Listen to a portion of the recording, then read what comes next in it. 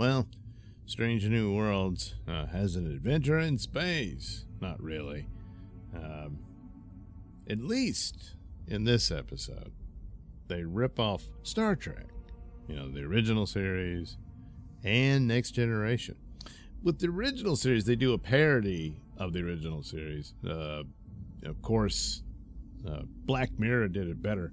But here they do that, although they look like a cheap Flash Gordon type take on it. But anyway, whatever. They do that, and hey, what's that about? It doesn't really make any sense until later, where Lady Khan, or Lon, she's assigned to do a test on the brand new holodeck. Yeah, see, it's brand new, and they're not certain that it's sort of the right thing to have on a starship and all that.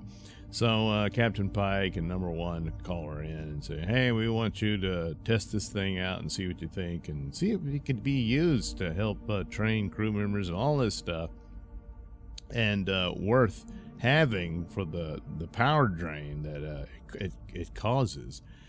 So he says, yeah, all right. And turns out, just like Captain Picard, she has a mystery character that she likes, books and whatnot. So the character is Amelia Moon. So she goes into the holodeck dressed up as Amelia Moon and asks the computer to craft a mystery based on the series, but without actually recreating one, because she already knows how it ends and all that. So it gave her a new mystery. And then Spock shows up and stuff, but more on that later.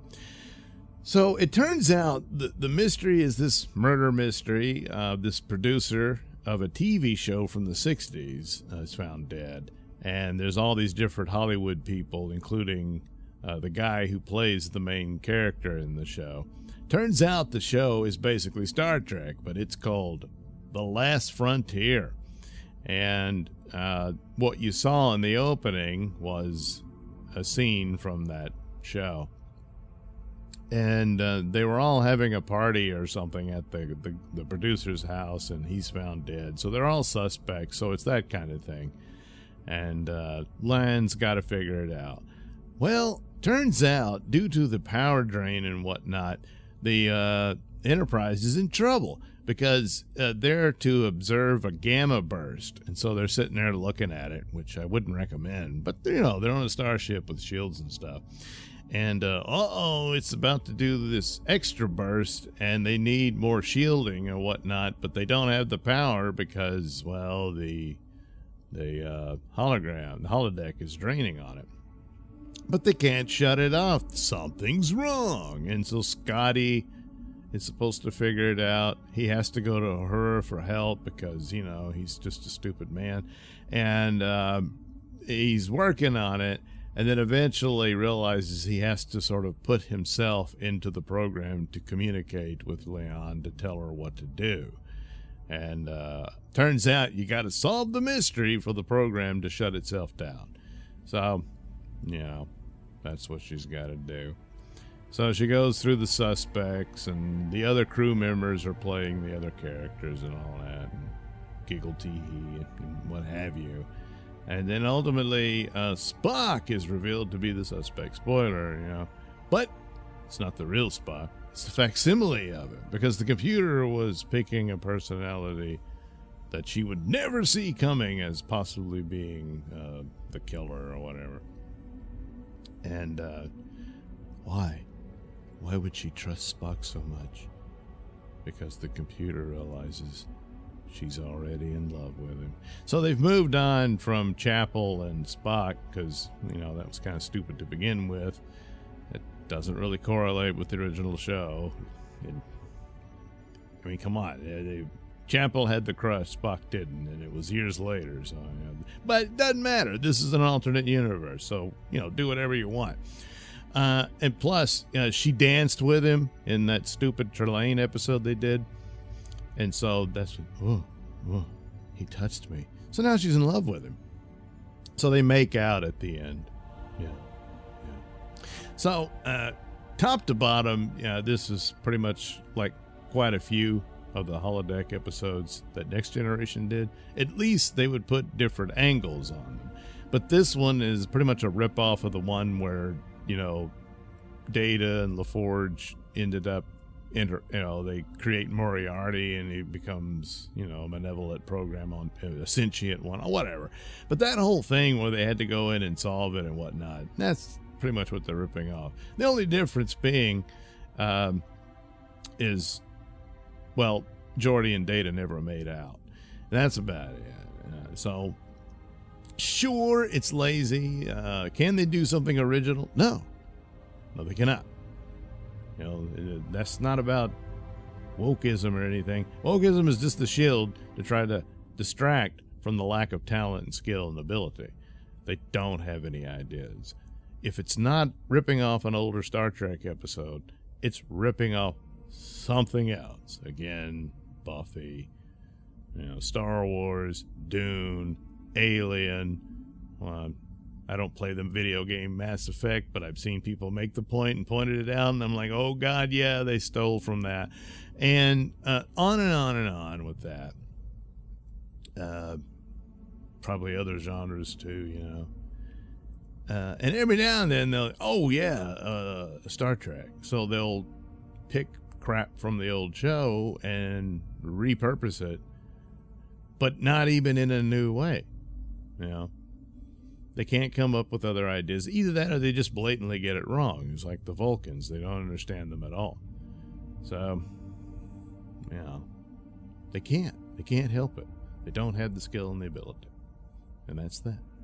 That's really the major problem. I mean, change course, try to do... It's not going to happen because it's not possible for them. Now, the episode was directed by Jonathan Frakes, so...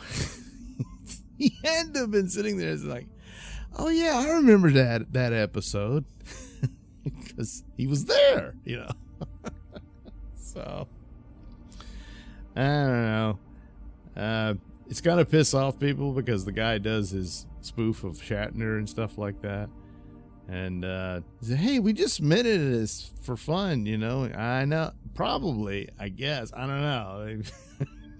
They really do have it in for."